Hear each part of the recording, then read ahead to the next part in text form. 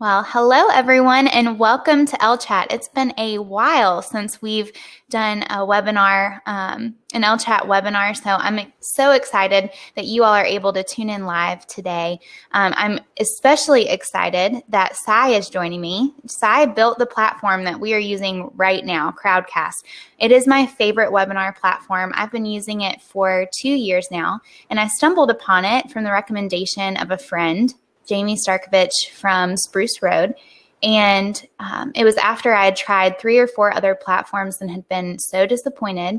I couldn't find one that really fit what I was trying to do with these weekly webinars. Stumbled upon Crowdcast and fell in love right away and have never looked back. I love all the features, how easy to use it is, but I know that when things look easy and are easy to use, there's often a lot of work that went into creating it and building it. And so I'm thrilled that Sai is joining me today and sharing his story about how he built Crowdcast and what went into building software as a system and getting it off the ground. And so I'm excited that y'all are tuning in. A few things before we dive in. If you are new to Crowdcast, I want to show you some of my favorite features.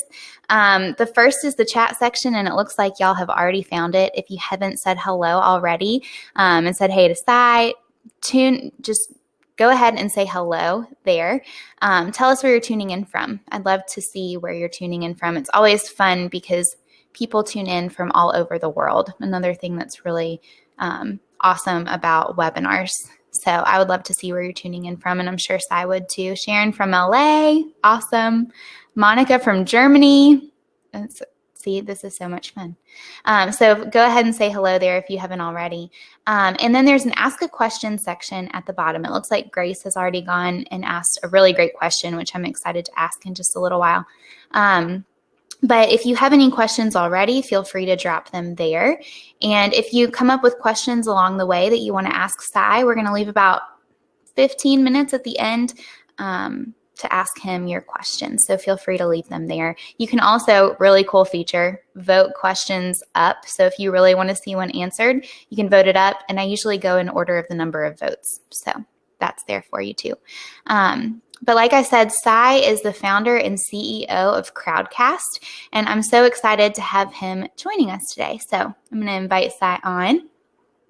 Again, love this platform. So easy to use. Here we go. I want both of us here. There we go. Sorry, Sai. There we go. So thank you for joining me. Hey, everyone.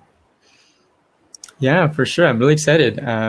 I've been a big fan of Ellechat from a while ago, from when you first started using Crowdcast. And I'm going to silence my phone. And it's really exciting to actually be now on it for the first time. So I appreciate the invite. Yeah, and so tell everybody where you are tuning in from today. Yeah, so I am in a eco-village in Guatemala. So if the Wi-Fi or anything like that cuts out, you might have to just bear with us for a little bit while we get that sorted. But we can get into how that happened in a moment. But it's been really fun. That's awesome. So tell us a little bit about yourself. A short little intro. Oh man, like historically or like a Twitter one-liner? Historically, yeah. I would say the simplest, quickest way to explain my life is born in a village in Bangladesh. Wow. Went to USC. There's a Trojan in the audience. I definitely have to mention that, in California. And then started Crowdcast in San Francisco after being inspired by a trip to Costa Rica. Okay, I want to hear about that trip. What were you? Right now? Yeah, I do. I just want to jump right in. Great. We'll just go right into it. So this was 2014. Yeah, 2014 when there's a festival called Envision Festival. I don't know if you guys have heard about it. It's similar to like a less crazy version of Burning Man in Costa Rica. And so I was down there by myself. I just bought a one-way ticket to go to Costa Rica. And at the end of that festival, I heard about a retreat in the jungles of Costa Rica. And I ended up going, and it was on a permaculture farm. And I don't know if you know what a permaculture is, but it's basically like a form of farming / social design But at the time, I thought it was actually moss. I thought it was like a culture of moss was what this thing was. But in that retreat, I was just blown. I was like surrounded by masters of yoga, masters of meditation, artists, musicians, and I was just like, wow, I'm just like a tech guy from San Francisco. How did I end up here? And I realized that I really wanted to help. That there's like all this knowledge and wisdom there, and I really wanted to help them share that, because what I realized was no one knew how to use the internet. They're masters in all these things, but they didn't know how to use technology really, really well. So that actually was the seed of basically like, okay, how can I start helping these folks who are teaching amazing things share their knowledge over the internet? And a few months later, that evolved and grew into the first version of Crowdcast. And at the time, I was actually using Google Hangouts. I don't know if Lauren, I think you might have actually been using us back then in the Hangouts phase, yeah. And that, that was like our prototype basically. And what happened was, I built this prototype, and a friend of mine in San Francisco said, "Hey, Sai, I want to use Crowdcast to host an online summit." And at the time, the largest summit I had held, or largest event I've held was like 200 people. And so he's like, okay, we want like at least 10,000 people in this thing. And I'm like, okay, well, if you like invest in us and, invest in me and pay my bills for the next few months, I'll work on scaling it, and that's what we did from September that year to December. I was just heads down in my apartment, just working on Crowdcast. And it was still just me at the time. Wow. And then, December, I think it was 2nd, came along, and they ended up marketing the event so well that we ended up getting 30,000 people to show up to this thing. Oh and it brought like the CTO of the US government, the inventor of CSS, the vice president of Microsoft, the inventor of Google Glass. It was like a long list of 36 different speakers. No pressure. That, yeah, exactly. And it actually worked, so that is what actually launched us, launched what was my pet project to become a company. And eventually I got some investors and started building out a team since then. So that's how it all started. Wow, that's amazing. And such a turning point in Crowdcast too, to go from Google Hangouts to 30,000 people tuning in. That's wild. So yeah, go ahead. Sorry, I didn't mean to cut you off. Yeah, I was just going to say that. Yeah, ultimately, we built it on Hangouts, knowing that at some point, like, technology is going to get to the point where we could start swapping it out with better tools that lets us just build an experience. And then basically later the next year, the APIs that we're using still to this day showed up. And so the technology started to evolve to allow for what we're doing right now, which is all in the browser, nothing to download, to gather people over live video. That's amazing. So when you first came up with the idea for Crowdcast after that trip to Costa Rica, it sounds like you already had a background in software development or coding. Is that what you majored in at USC? So it's a little secret, and I hope Laura doesn't get mad at me, but I dropped out 2 years in at USC, and what happened was, I was just like, I didn't want to study engineering. I was way too social at the time to do that. I was just like, I just don't want to, like, I want to like make friends and have a whole college experience. And I studied everything but engineering. To kind of rewind a little bit, my family's pretty poor, like we literally weren't born in a village, So with that starting ground, early on, I had to figure out ways to make money. Right. So by the time, basically I was like in Paterson, New Jersey, growing up, and I was looking for ways to get out. This is like inner city. If you guys are aware of Paterson, it's like really hard it's like a really hard city to get out of. And I found a program called NJ Seeds that selects 100 kids every year. And that program really was one of the first big forks of my life. It allowed me to basically learn, from them at the education level of private school. And then they actually help you get into a private high school. So then from there, I ended up going to Boston area to a place called Concord. I went from inner city, giant public school to a private boarding school with 400 kids, and I was one of the 5 brown people, there. And there, I started learning more and more about web development, design particularly. and started doing gigs online. Craigslist was my first stop. I went to Craigslist and I would just like look for anything that I could find because I needed a way for now to pay for private school. Right. Luckily, financial aid covered a lot of that, but there was still like a gap that I needed to fill. So, while I was in high school, I just went really hard into learning how to build things and design things. And by the time I was in college, I knew enough to realize that my professors in the engineering world was really outdated, and this is just standard with all, sort of big universities. Technology moves so fast that ultimately I didn't feel like I was able to like learn anything from those those teachers. So I studied anthropology, I studied psychology, I studied anything but engineering. And 2 years in, a friend of mine was starting a company, and he was trying to recruit me to be his lead designer. And so I had to ask myself, wow, okay, do I leave college to pursue this in LA? Do I go half-time? Do I go full-time? And I had like a whole spreadsheet of every sort of possible decision matrix, that I could make. And ultimately, I decided that, I've already gotten all the value that I could get from college. Ultimately, the main value of USC and a university is the network, is the people that you meet. And so, and I had met a lot of people. So 2 years in, I decided to just do an experiment. Let me take 1 year off and join this company. And so what happened is I joined that company and ended up leading their design for a whole year. And I learned so much. I learned a lot about design, building a company, building a product. And I loved most of the team. Ultimately, what happened was that, the CEO of that company was just, he was also the same age as me, a college student. It was his first company. He just didn't really know how to lead a team, and it was just a really toxic environment for all of us. So basically, 12 months after I joined, I quit, and all the other engineers quit, and we basically all left together. We moved to San Francisco. Wow.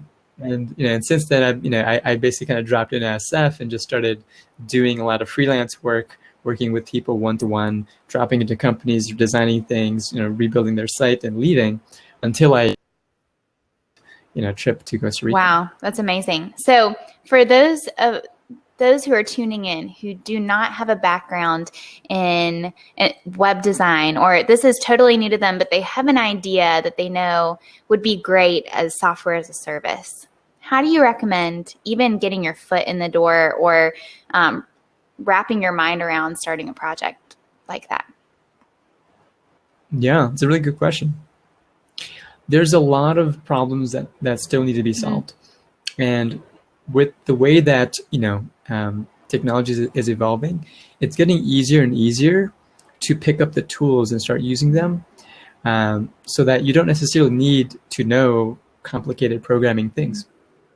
Even programming is becoming so easy that it's becoming visual. You can really drag and drop things on an interface now.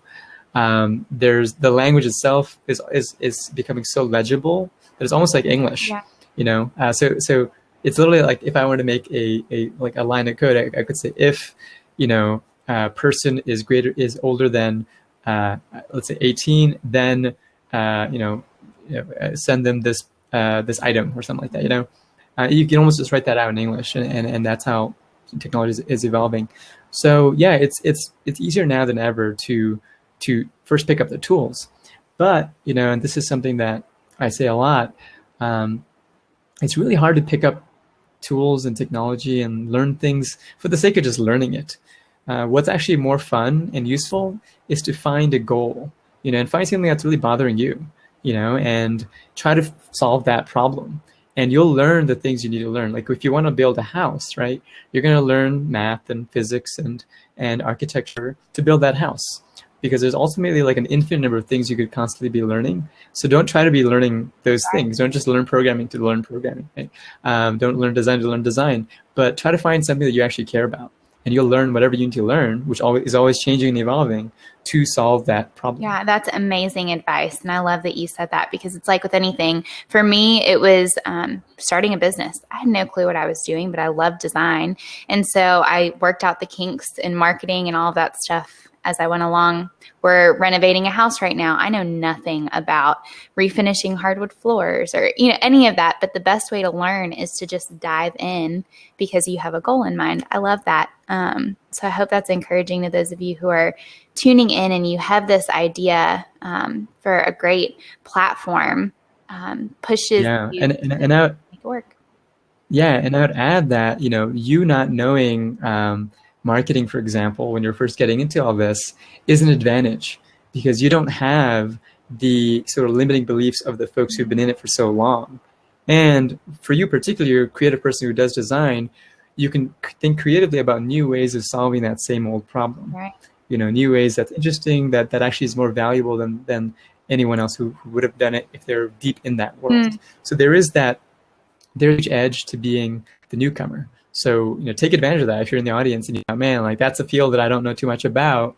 Great, because that means you're going to think about solving things in ways that no one's even thought of before. Yeah, that's so true with even just looking at the platform that you've built and how different it looks from similar outdated webinar platforms that people are used to using. So when you first got started, I'm sure other webinar platforms were out there. Did you look at those and think of ways that you could do it better? How did you talk to people to ask for feedback? How did you get the ball rolling with the design of Crowdcast? Yeah, I mean, honestly, I didn't really look at other webinar platforms too much, and we still don't really look at those platforms too much. But what we did was we just kind of started from ground one, like from ground zero. Like if we were to start today, what would we imagine would be the best experience that we can create with the technology that's available today? So that way you're not limited in kind of going in, trying to replicate something that's already been done and improving it a little bit. And so when you start from just like scratch, you're really able to like imagine whole new experiences. And there's so many micro decisions that go into that each of those micro decisions are considered like mind-blowing to the person who's been in this world for a long time. For example, one of our most simple features that isn't very technically difficult to build is our timestamping feature in a question. So, when Lauren answers a question from an audience member, it timestamps it, and then when the replay is available, you can jump to that question. To this day, that's still the most impressive feature for everyone. Whenever someone sees it, it's like, wow, I've never seen that before, And webinar platforms still don't do that. But it's a really subtle, tiny thing, which I didn't actually think was that amazing at the time, because it was just one of many other decisions that we were making. Right. But when you're starting from scratch, you just starting from now, you're able to really, really rethink things and improve the whole experience at an order of magnitude as opposed to an incremental change. Yeah, and it's so true because when you're first starting out, and I feel like my business grew when I stopped looking at what other designers were doing to market their business. And instead I just started from scratch, and a lot of it was trial and error. But I feel like just like what you said, it gave me an advantage because I didn't have these ideas already stuck in my head that I was trying to replicate. So with you, even the time stamping, it probably came up like, wouldn't it be cool if it would just jump to that part in the replay? And then just making it happen instead of just trying to replicate what you saw other platforms doing. So I love that you said that. I'm really curious from the audience, like what kinds of things are you working on? Like what kinds of businesses are you trying to start? Or rather, maybe one question is just like, what's an idea that you've been thinking about but you haven't hit the go on, you haven't pressed the gas on? Yeah. So, and no judgment, just curious, like just drop that into the chat. Yeah, I would love to hear about that too, and I'll share one of my own. Project management software. I know there's a ton out there, but I have an idea for something a little bit different. It's just the way that my brain works that combines the client end side of things. So that's what I'm going to go ahead and throw out there and share with y'all. But I'd love to hear, I echo Sai's question. What's an idea that you've been thinking about that you have yet to try to accomplish?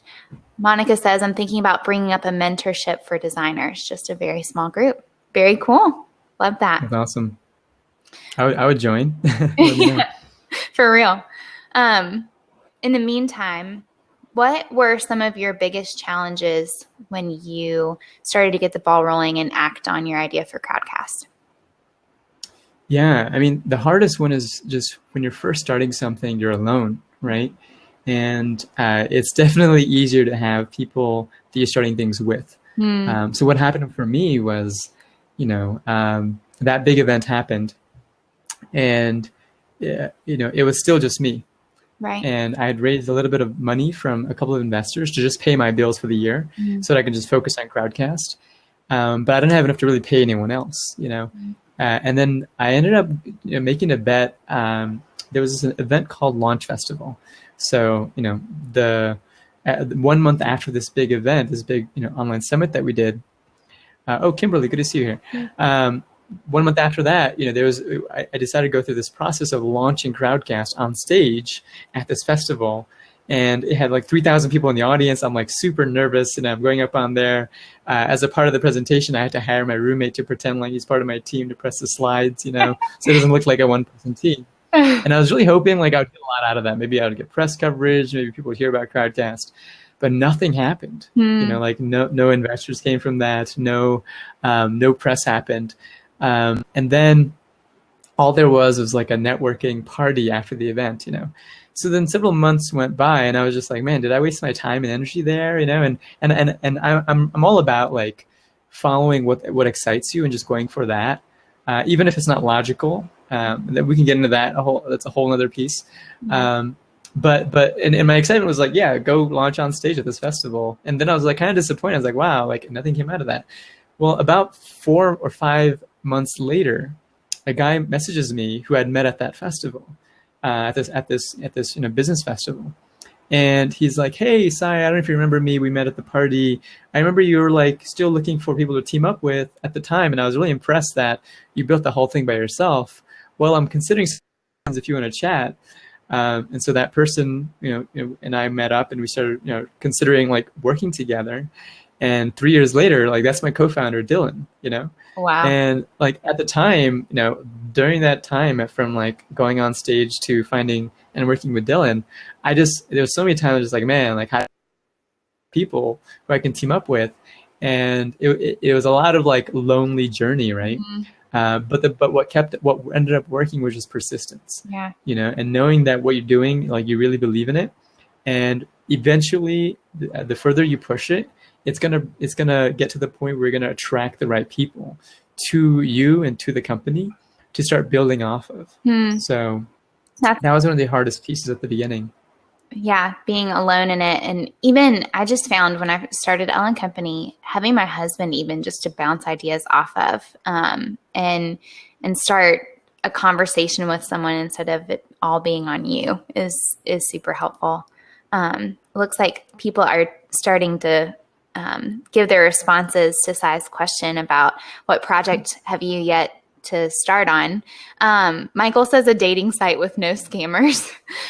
Kimberly, a framework that helps lawyers better serve clients with the need to bill by the hour. That sounds awesome too. Tiara says, I keep thinking about a gift registry for experiences geared to families, amusement park shows, movies, etc. So these are all really fun to see. Keep sharing them. Sometimes the first step is just sharing what you have on your mind to get the courage to just go after it. I want to hear more about what you said, Sai, of even if it isn't logical, to go for it. Yeah, totally. I mean, you hear this, some form of this from a lot of people, which is, at the end of your life, when you look at it, most of the decisions that you make that actually led to your successes don't make any logical sense, but rather those are decisions that you made out of excitement, and think of a time, if you're in the audience and think of a time that, you were like, man, I really want to go on that trip, or I really want to go to that school, or I really want to start this project. And I know it doesn't make up, maybe I don't have the money, maybe I don't have the space or time, but I'm just really excited about it, and when you took action, right? Didn't you, or maybe you met someone coincidentally that was exactly who you needed to meet, or you got the lesson that you really needed to learn, or you ended up, just something happened that's perfectly synchronistic or coincidental that really was completely like not what you expected and was really, really helpful, right? And so, right before that trip, I was really like going and starting to believe that idea that, it's really important to just first like pause and tune into like, what are the things that you're really excited about? What are the things that like nourish you, that you could see yourself working on for a really, really long time and that are exciting. So as part of it, there's a particular sort of, I guess, rule that I follow. There's two parts to it. The first is what I mentioned, like follow your highest excitement to the best of your ability. And what I mean by excitement, by the way, isn't like you might be really excited about like maybe drugs or something like that, but that's like a momentary excitement, right? Right. When you actually dig into like what's deep, maybe the better term is like follow your deepest excitement, The other part of that is to have no expectations, because whenever you follow one of those threads of excitement and you go start that project, or you join that company, or you meet that, or you go to that country, or you visit that city, you might have one expectation of why you're doing it and where it's going, but what usually happens is something all completely differently, right? Something completely to the right field that you wouldn't have expected, that is even better, or helps build you step by step to that ultimate goal. Right. So that second piece is really, really important, just to kind of follow that deepest excitement, but to not have any expectations about where exactly that's going to lead you to. Yeah, that's awesome advice. And holding it loosely, because one thing that I've learned is that everything is subject to change. And I'm sure you feel this way, especially in this field where there's just something new every single day, it seems like, coming out, that you feel like you have to sort of course correct, or not even course correct, but just be open to change and changing the platform and updates and that sort of thing. Yep. And on that note, 100%. how do you keep up with it all, or how do you decide what to do when, like, I guess with Hangouts and upgrading, that was a pretty clear choice that you needed to do that to support 30,000 people tuning in. But how do you kind of keep up with all of these changes and know what to do next with Crowdcast? It's something that we've, I've been thinking a lot about this summer, particularly.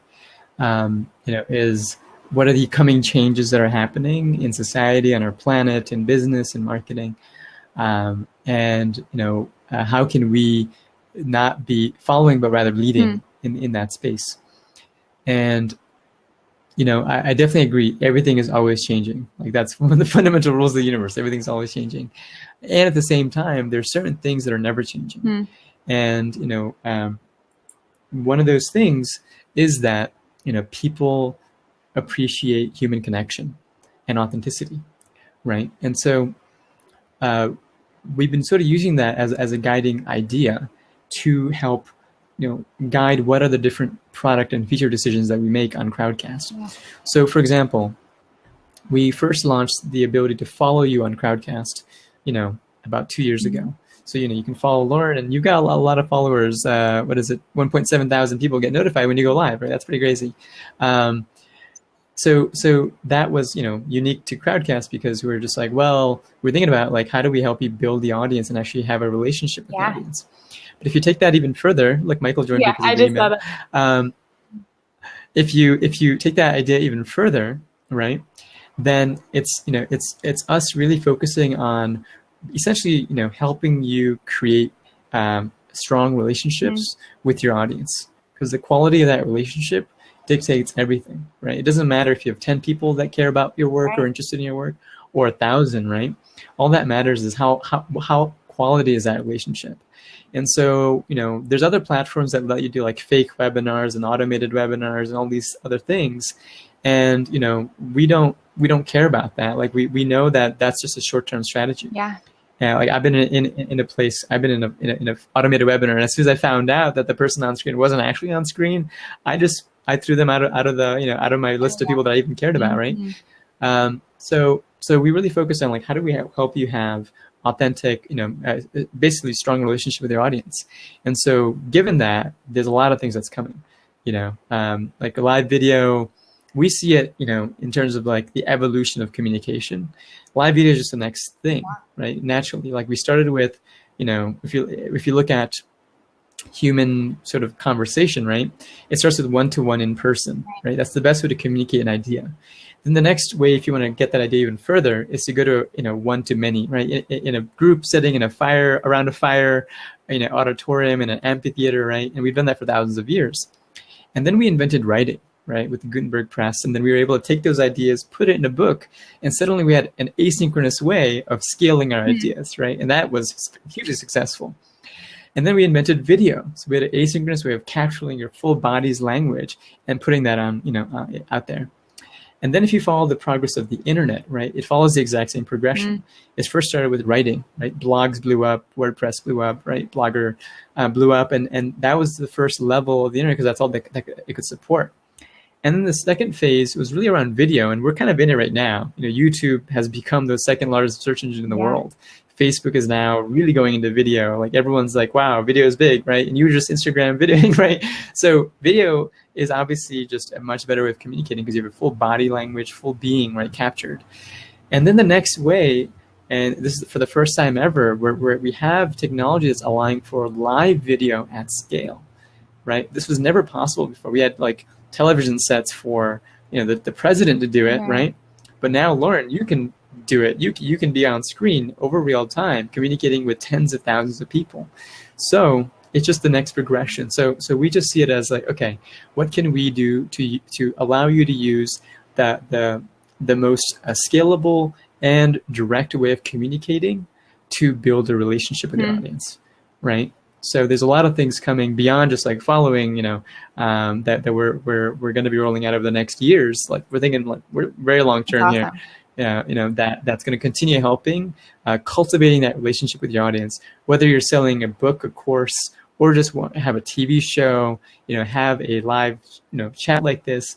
A live video there's a lot of flexibility because it's just facilitating communication, and there's a lot of variability in communication, right? So that's some of the things that I'm constantly thinking about as ways to guide our product decisions moving forward. I love it. And one thing that I really love too on the creator side of things is that you all are always asking for feedback and taking it to heart too. So not only through your Facebook group for Crowdcast creators, but also, or broadcasters, but also for, you have your Crowdcasts for people to tune into and give feedback every week, right? Is it weekly? Ask questions. Every week, yeah. I was just live right before this. That's what I thought. Yeah. I get the notifications too. So yeah, I think that's amazing that you all do that and you're so in tune to what we want to see and what we need, and that you do care about us connecting with the people who are following along with us. So I'm obviously a huge fan. I rave about you every Ellechat that's in a webinar format. I'm just really grateful for all the work that you've put into it. So I appreciate that. Yeah. I also have a question for resources that helped you along the way. Where do you look for inspiration, for advice? Who are some of the people and resources that have influenced you the most in this journey of Crowdcast?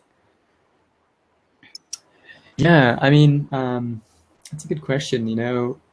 Like I mentioned earlier, I'm an immigrant, right? So my family knows a lot about like how to be an amazing family and how to be like good human beings, but not necessarily like what school to go to in the US or what job to take or anything about just being an American and being in the modern age, right? So when I was in high school, TED Talks started coming out.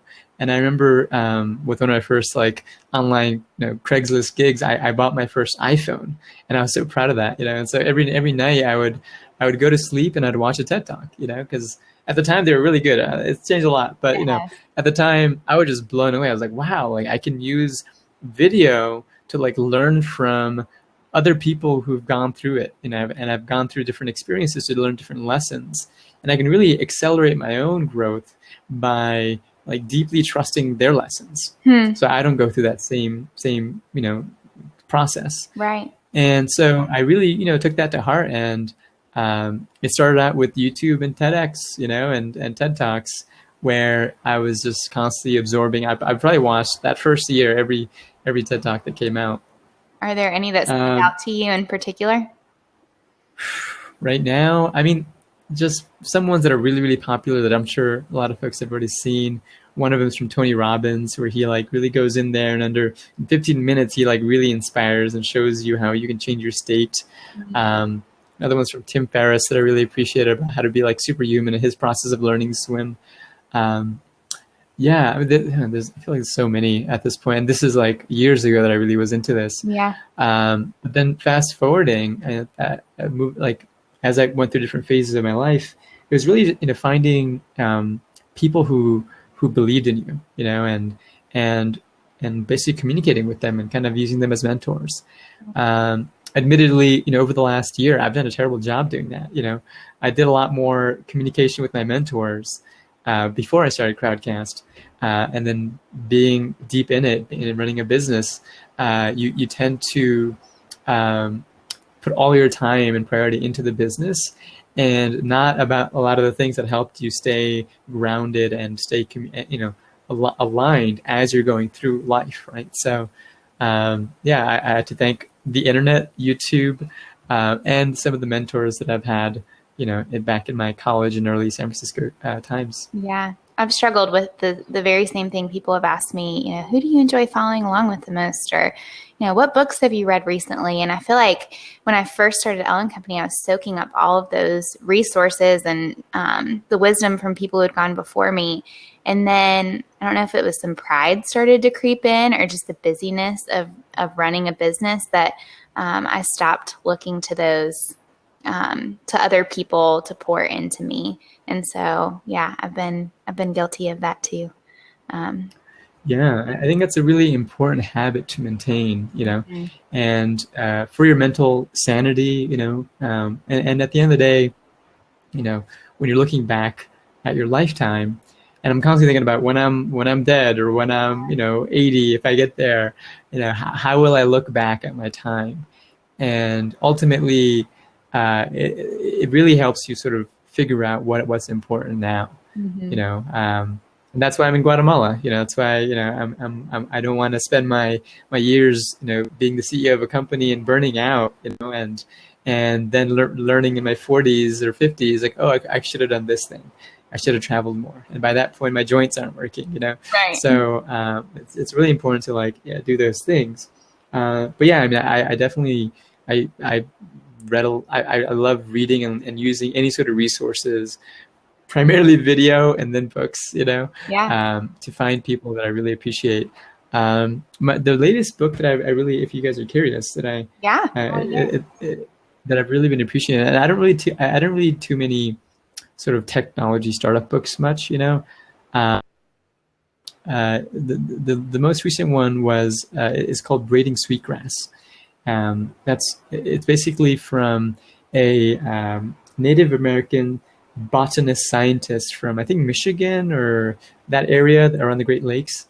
And she talks, and she's got this interesting indigenous wisdom mixed in with scientific understanding. She's a professor. She's a science professor teaching botany, And so she does a really great job just talking about the world, society, financial systems, everything you can imagine, but just through the perspective of plants and our relationship with the plant world. Like, for example, this has actually informed Crowdcast and our plans moving forward. One idea she shares is how, and it's just, she shares it in a really poetic way. And if you can get the Audible, I would get that because it's her own voice reading it. She talks about how when she was at a like a literal marketplace where you can buy fruits and vegetables and things, and that day it was a day where you bring food and you're selling it, so you go up there and you get an apple and you pay your money and you get the apple and you leave, right? Another day, instead of having it be a marketplace for selling, it was more of a gift exchange. So people were just bringing what they had, right? And it was for free, essentially, right? And so she noticed that, at that, when it was free, and she were to get an apple, what happened was she would take that thing, right, that the other person is giving her and recognize it's a gift. And because it's a gift, there's now a relationship being built, right? So she was talking about how, when you have money being transacted, it creates this transactional relationship, right? This transactional economy that we're in. And what it does is it cuts the relationship. I pay you for your album and then I'm done. But when you look at the direction that is more of our natural direction, is to actually get a gift from something and then give back, right? And you can give back in a different form. And it maintains the relationship when there's no money involved. And so if you actually look at the progress of the economy, that's where it's going. It's moving towards a relational, she calls it a relational economy. But if you were to ask people in Silicon Valley, they call it a subscription economy, right? Where you're paying monthly price to have a relationship with a service or a person or an expert, right? So that you can continually be getting a relationship with them, learning from them, and getting an experience as opposed to just a one-time transaction. So, that's just one of the billion things that she talks about. But I'd really recommend checking out Braiding Sweetgrass by Robin Will Kimmerer. That's awesome. And it goes to show too how sometimes the biggest influences aren't the business books or the wisdom from this industry, but looking out even outside of it can be your biggest inspiration. So I love that you said that. Yeah. I mean, I would just add most business books in general, are like extrapolating on someone else's ideas, and so on. So if you can get to the root of things, right, you don't actually have to read that many books. You can just read a couple that talk about the more fundamental ideas about our natural relationship with the universe and our natural relationship with the plants and the world. And those things can actually inform you in a much, much better way than, some academic paper that's talking about where things are at right now. So if you really want to be thinking about the future, constantly be peeling back to the root of things. I think that's great advice. I want to go ahead and jump into some of these questions because I feel like they might take a little longer to talk about, and I want to pick your brain on them too. The first is from Grace, and she said, I would love to know more about the process of distinguishing one software product. Considering that there were already other webinar platforms out there, did you maybe feel discouraged or have to fight doubts along the way? How did you find a way to distinguish your software, and what was your product development journey like? So we kind of touched on that a little bit already, but was there any fear there of, what do I have to offer, or how can it compete with what's already out there? Yeah. It's funny. I haven't really thought about that too much. When you think about comparing yourself to another webinar platform, then you're thinking about how to distinguish, but because we never really thought about that, we just kind of decided we just want to create a new experience, and we didn't really look at the other folks. We just started using language that was more natural to us. We didn't call it a webinar, we called it a live event. We didn't call it a presentation, we call it a workshop. We just use language that are more humane and human. So we kind of did that naturally.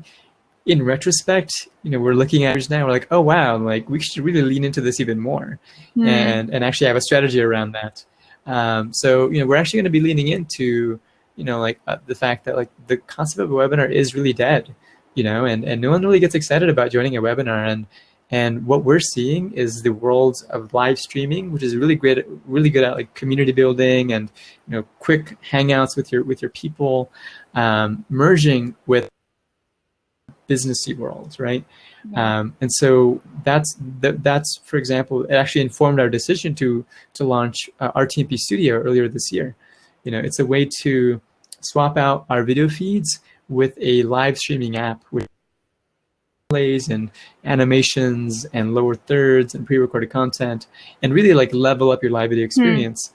And that came from looking at YouTubers and Patreon users and Facebookers who are not using live video for webinars, or rather to connect and grow their audience.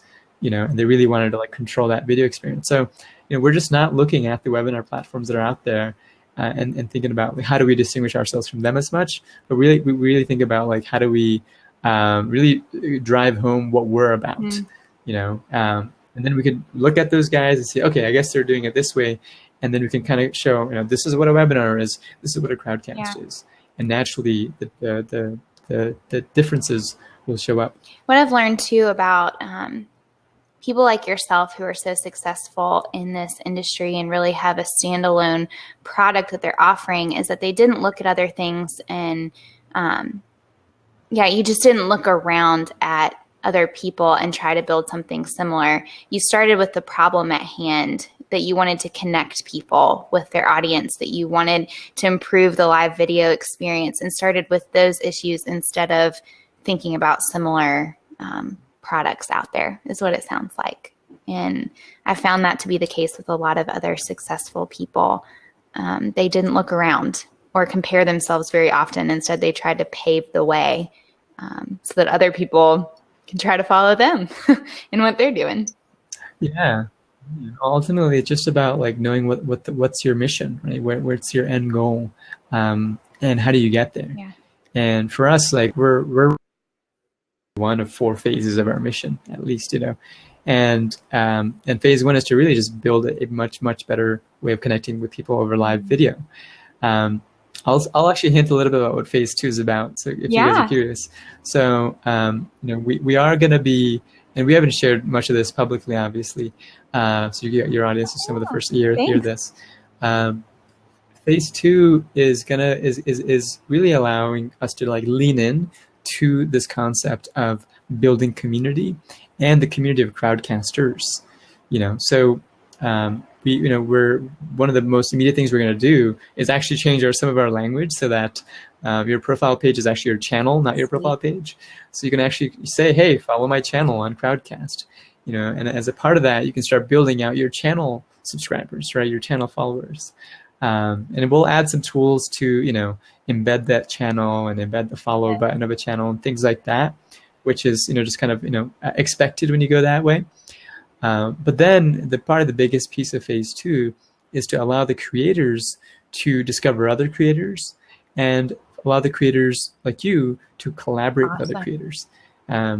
So that way your audience can find other events that are similar types of events as yours that they're interested in, and other folks in other communities can find you, right? And so it really like allowing for that community building experience. And we have a little bit of that, right, with this following feature that you can follow the Crowdcast. And if you go to my profile or your profile, like you can see who we're following, right? And you can find other people that way. But we're really going to lean in on this concept of discovering and exploring other folks on the platform. I love that. I love the channel too, and just how changing the word can make such a big difference instead of a profile. That's awesome. I'm so looking forward to it. Yeah, language is everything. So it's really like, and this is a lesson that I'm like constantly being reminded, like, oh yeah, right, like we should really think more clearly about our language. And subtle things like, we're gonna, instead of calling it a Crowdcast event, we're just gonna start calling it a Crowdcast, And that was the original idea behind the name, is pick a name that it's both a noun and a verb, so that you can say, hey, are you gonna crowdcast that? Or hey, is this a crowdcast? So, but the thing is, with everything, there's always like a path, right? And we needed to start with the word webinar because that's what people are used to. And so we needed to hook into the existing ecosystem of webinars, and we can say, okay, you can do webinars here, but it's really a lot more than just what you're used to in a webinar. But we'll say and use that word because you're familiar with it. And we're going to continue using that word for a while, but we have to like slowly transition people to beyond that, because ultimately, it's way more than just a traditional webinar platform. And I've been dealing with that too, about how to describe an Ellechat, webinar, because that's what people are familiar with. But you're right, it's so much more than just the boring, salesy, pitchy, icky webinar. It's not. This experience that you've built is not a webinar, but it's hard when people are already familiar with what that is. Yeah. I mean, the closest language that I would call this is an Ellechat show. like the Ellechat show, like come follow my channel here, and we're going to go live every month or every other week or something like that, and follow us to get notified when we're going to go live. But it's a whole different thing than a series of webinars, and it's really about like something that's more engaging and fun. And the unique thing about it is that the audience is conversation, right? So it's not just you interviewing me and putting it in a podcast, but there's that is affecting our own conversation, and so there's more of a reason for people to show up live. Right, absolutely. And we've been taking the audio and putting it into a podcast, but it is never the same as people who take the time to tune in live and have that conversation, because it could just be, like you said, a conversation between the two of us, or when I'm on here by myself, it's just a one-way, it's like a presentation. But the live component and having you all tune in week after week adds a whole other dimension to these live videos. Yeah. And I'll just say one other thing, which is that it's really hard to get people to show up live, right? Like, think about all of Facebook and all of YouTube and all these websites are all focused on getting your attention, just to have a couple of minutes of your eyes on that page so that they can sell that attention to a company that's buying ads. Right. Right. Like that. There's I mean, Google is built on this. Facebook is built on this, right? Is ad revenue. Right. And so just to have people here in real time spending 50 minutes, right? Like in a conversation is actually pretty mind blowing when you think about it. Yeah. And so, so it's just like a really, authentic and real way of having people give your attention. So it's like, wow, like you're giving me all this attention. I really want to make sure I'm giving you the right value, right? Because if you're going to spend your time here with me and 132 other people, like let's not like let's have high quality content as opposed to just like low quality, quick things that other folks are doing in the webinar world. Absolutely. That's an awesome perspective on it too. And something I wanted to ask you, and you kind of touched on it, one thing that I get a ton of questions about from people who follow along with Ellen Company is how to name their business or their products. So can you give us a little bit of insight onto how you chose Crowdcast? How did you land on that, and what was the process for coming up with it? What did it look like? It's kind of funny. So very few people know this, but Crowdcast was called Crowd Sound before. Really? Okay, so what happened was 2013, I and a friend of mine in San Francisco, we just wanted to start a company. We didn't really know what company. We just wanted to start a company because we just didn't want to work for other people. And we recognized that building a platform that's paying you monthly is a much more long-term, better place to be than exchanging your time for money, right? Absolutely. And so at the time, we had no idea what we're going to start. And I actually don't recommend anyone do this. Don't start a company because you just want to start a company and you don't have any idea what the problem is you're trying to solve, right? Yeah. But that's what I did. And this guy, amazing human being, this guy John, he had an idea for a platform where you can be literally on stage. And this is an idea that he was working on at the time, and it's a way to kind of poll the audience in real time, saying, hey guys, here's my presentation. If you want to ask me questions, go to this URL, crowdsound.io/mytalk, and then people can open it up on their phones, and they'll see the interface, they can upvote the questions, they can submit their questions, and then as I'm talking, when I get to the Q&A, I could be like, all right, so Lauren, your question is number 1 with 32 votes, here's my answer, or do you want to come up on stage and share it? And so that was Crowd Sound. I did that the year before, and it was just really a struggle to get it going. The speakers we're trying to sell it to, they're just like, well, I already have like a set presentation. I don't really need the audience feedback to change my presentation, and I'd rather just have people raise their hands. Sure, it's annoying when there's that guy who is pitching them himself, but it's not like a big enough pain for me to think about this. And then we went to the conference creators, and we're like, yeah, I guess if we were to host a summit and a physical conference, this would make it a nicer experience for the attendees, but we just don't think it's valuable enough. What's valuable for us is to sell tickets. Is this going to help us sell tickets? Yeah, maybe the next year because they liked it the previous year, but not right now. And then, the attendees, like, they don't really have much say. They could just say, hey, Lauren, will you use this app called CrowdSound? It'll help us ask you questions better. Yeah. So that just didn't go anywhere. And I just kind of like let it go on the back burner and didn't really do much with it until, the idea for Crowdcast came along. And then literally all I did was, I was like, well, at this point, my friend was like, okay, I need to go get a job and actually get money and get paid because I have real bills to pay. He had credit card bills and things like that, so he actually had real bills. I was at the time 23 years old. I didn't have any expenses. So I was just like, well, I'm just gonna keep on going.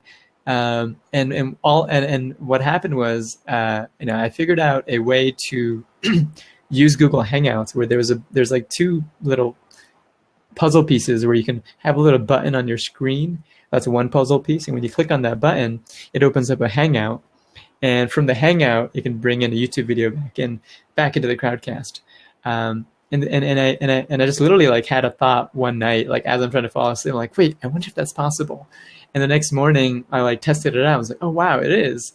And so that's what led me to start building video into it. And all I did was I took the CrowdSound code and just added a section for video. It was the polling system that you guys see is actually the same exact design from CrowdSound. So we just took that experience that was meant for in-person live events, and then I just added a video for virtual live events. And I remember, so that happened, and then that thing was CrowdSound, and I just really I definitely wanted to find a new name.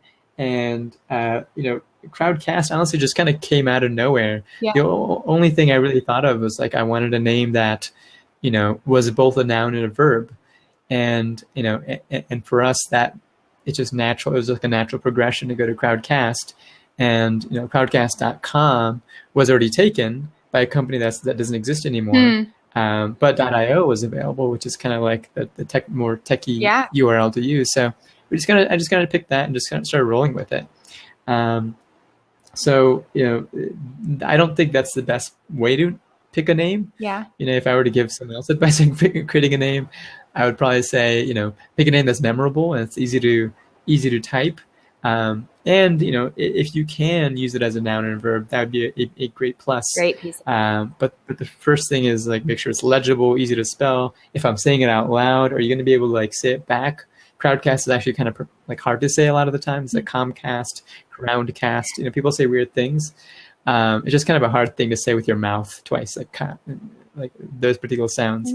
So yeah, I would start with that. Like work backwards. Something that sounds like a name that's memorable and easy to spell and things like that, and then start there. Yeah. The good thing too is people know how to spell crowd and they know how to spell cast. So if you say it verbally, people can go and look it up.